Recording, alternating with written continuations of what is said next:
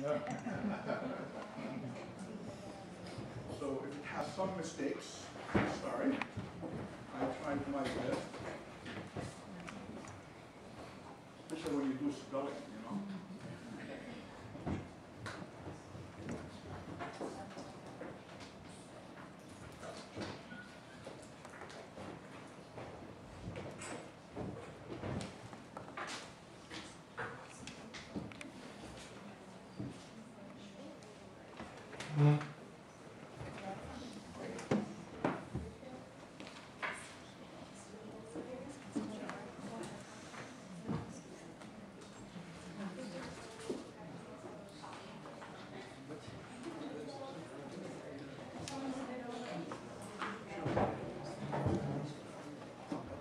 Being here is quite good because yesterday I spent my day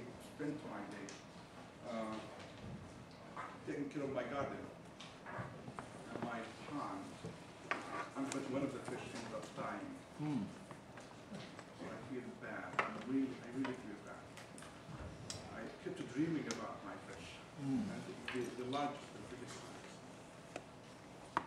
I like all of them. That specific one has special place in my heart. And I kept it in the pond. I didn't know what to do. So it could meet its colleagues before it departs somewhere else.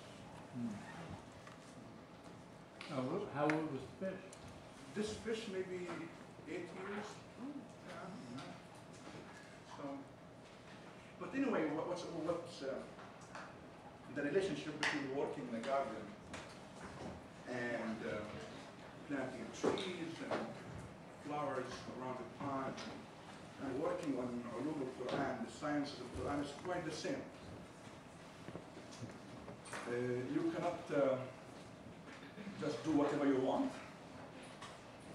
And there are techniques of how you plant a tree. I think what killed the flower, the fish, I think. I did not put the right chemicals in the water. Maybe that, but everything else, I have 38 others, and nothing happened to them, so I don't know.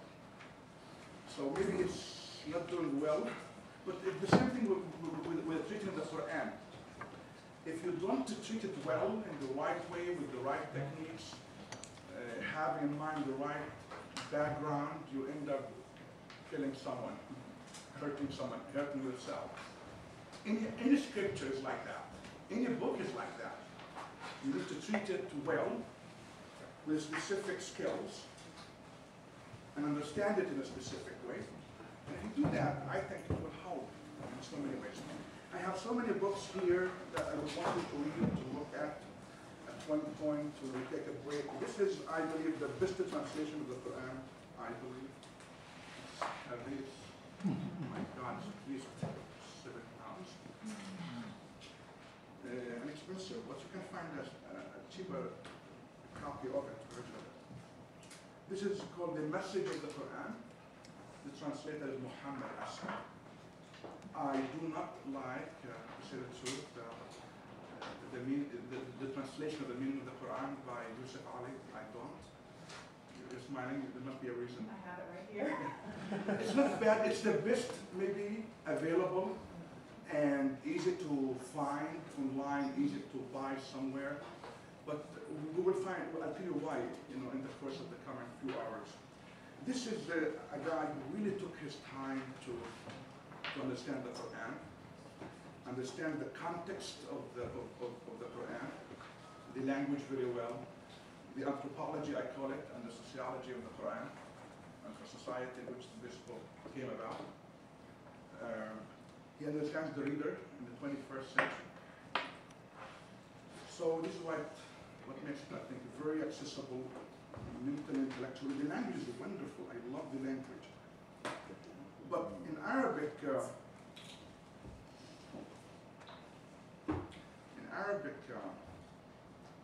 is, within the discipline of the study of Arabic language, there is something called balagha, bayan, and badiya. 3 different disciplines for the study of Quranic linguistics. Basically, the study of i'rab, of grammar, object and subject, verb and noun and pronoun. The study of the history of terms, term did not just exist out of the vacuum. In Arabic, every letter has a meaning. And every word, however long it is, has to always be traced back to 3 letters, called the jadr, the root. And the 3 meanings of the 3 letters that make the root actually make the word. A big science, you can tell. So, for example, the word uhib, like in Hebrew, if you know, some of you know Hebrew, uhib, the same word, uhib. The a sound in Arabic means openness. The ha sound means patience. And the ba sound mean closeness. So love in Arabic means 3 things. To be open to someone, to love him or her, or it. And for them to be open to you, so that's number 1. The ha, patience. You can't claim to love someone if you're not patient with them. And the ba is a closeness, physical, tangible, and intangible closeness. So love in Arabic is a combination of 3 acts. Being open, being connected, and being patient. That's what I mean. So every time you study an Arabic word, you have to trace it back to the 3 letters that make the root to understand what the word means. And I say this because if you don't do that, you end up with the wrong translation of the verse. And there are a lot and so many of those wrong translations. People do not study this discipline. The third thing is the study of this majaz concept, metaphoric meanings of words. And Arabic is full with that. Not a single sentence can pass by without those types of majaz, these types of references. And something that you have in Arabic, I don't know, I mean, I studied, it's not in Hebrew for sure. I mean, I studied in Hebrew, it's not in German, it's not in English. Where if you have a sentence, the sentence could be a page long. And the object of the subject could be at the end of the page, I mean it. Or halfway in the page, or sometimes 2 lines after. There's something called taqdeem and ta'khir, putting something forward or delaying it in Arabic. So the subject could be much more later than you would expect in a language, in a sentence. So how do you deal with that? So if you don't know that science of taqdeem and ta'khir in Arabic, you end up in trouble. Of course, if you know it, it's so beautiful. That's, I think, where the art of this book comes from when you recite it, when people sing it, recite it, with tarteel and tajweed. And if you know that language, my God, people are talking about Titanic these days, you know? It feels like you are literally enjoying being in a ship with waves around you, beautiful sounds. The other thing is, I would say, words have sounds, and sounds have meanings also. So within the length of the vowel, you have a specific meaning. So the same word, if you give it a longer time to read, it will give you a different meaning. With the same word. The same word, but it will add more to the meaning of that word. Let me call it. So sabara, to be patient. Istasbara, to be extra patient. Istasbarahu, to be extra patience. You see what I'm talking about? That's exactly what it is. So the length of the word will add to the meaning that word actually carries. And that will give specific new meaning to that specific. I don't know, we're going to have a celebrity here today. I'm not going to introduce you. So that's what I mean. Okay. That's what I mean. So this is why the translation really makes a difference. And when I talk to people who refer to the verse of the Quran, Muslims and non-Muslims say, well, no, that's not what the word really means. That's exactly what I'm referring to. This is why you have a different translation. This is why Muslim scholars would say not that the English or any translation of the Quran is not the Quran itself. These are possible attempts by human beings to make sense of the text. But we would never call the English or the Arabic or the Hebrew or the French or the German or the Urdu or the Farsi translation of the Quran. Because these are our attempt to understand what the word really means. Am I clear? Yes. Good. So the exhibitions took me a lot, so okay. So this is a book I want you to read, I want you to look at, please. And who's the author again? Muhammad Asad. Muhammad Asad, A-S-A-D. He's a fascinating character. He died a few years ago. He has many other books. He has a book called The Road to Mecca. He has a book called Islam on the Crossroad also. An amazing figure. Read his history. He has an amazing history, actually. He's a convert to Islam, not even an Arab born. And to have studied Arabic and understood it in that way is quite fascinating. Imam Hendi, what I wanted to say in response to his question, who's the author? The author is God. The translator is Muhammad Asad. Okay. This is another book that just came out again. Oh my God, very heavy and very expensive. By Ahmed Zaki Hamad. 2 volumes of the Quran. What's good about this book, if you really want to study it, it has a translation. It has what we are going to study today.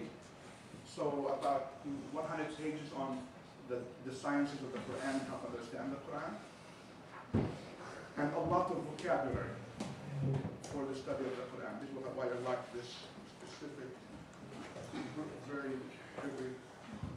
And this author, Sorry? this author, the author. The Ahmed Zaki Hamad. Ahmed Zaki Hamad.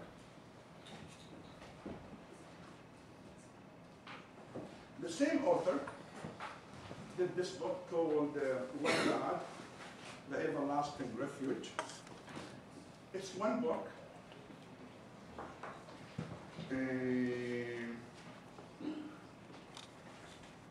214 pages, making exegesis, interpretation, tafsir, on chapter 111 of the Quran, which is, by the way, a line and a half.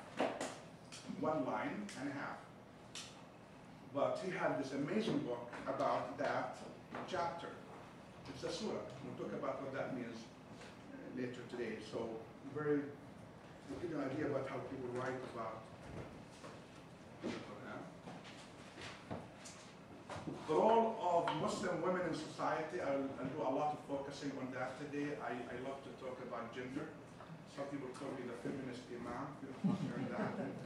So I have some passion talking about gender issues in the Quran because I believe these are the most misunderstood issues by Muslims and non-Muslims alike. I like this book. It's a wonderful book. Not a good edition, not in print, but this is what's available, written by an Indian scholar who is really a good scholar of the Quran about women's issues. What's the name? Afzal al-Rahman. Afzal al-Rahman. I'll keep the books here, you know, if you want to take a look at it. A thematic commentary on the Quran. Some of you may already have that book. Written by Sheikh Muhammad Ghazali, who died almost 12 years ago.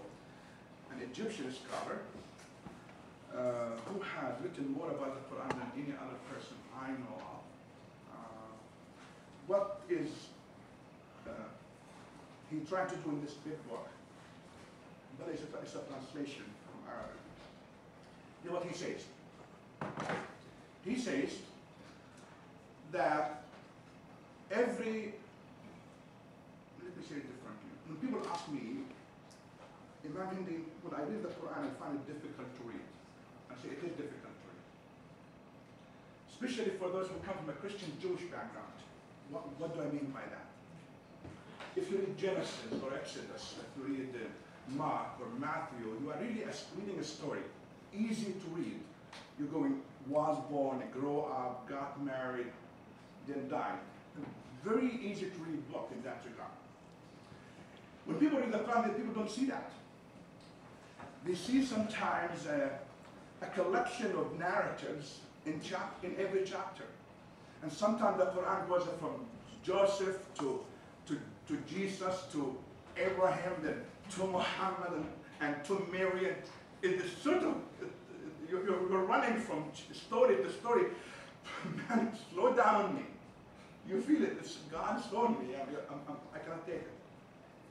So that makes it difficult, and people have to read us. Understand? I studied the Bible, I know where that comparison comes from. I say to understand the Quran in a much easier way and to make it easy on you, I say this. The Quran is, the chapters are written based on themes, not on stories. So we have 114 chapters, there are 114 themes in the Quran. Now it must be much better story for you. Now when you go back to read the Quran, that's what you keep in mind. What does that mean? Every chapter, every surah has a specific idea, a specific theme it wants to convey. So from A to Z in that surah, in that chapter, you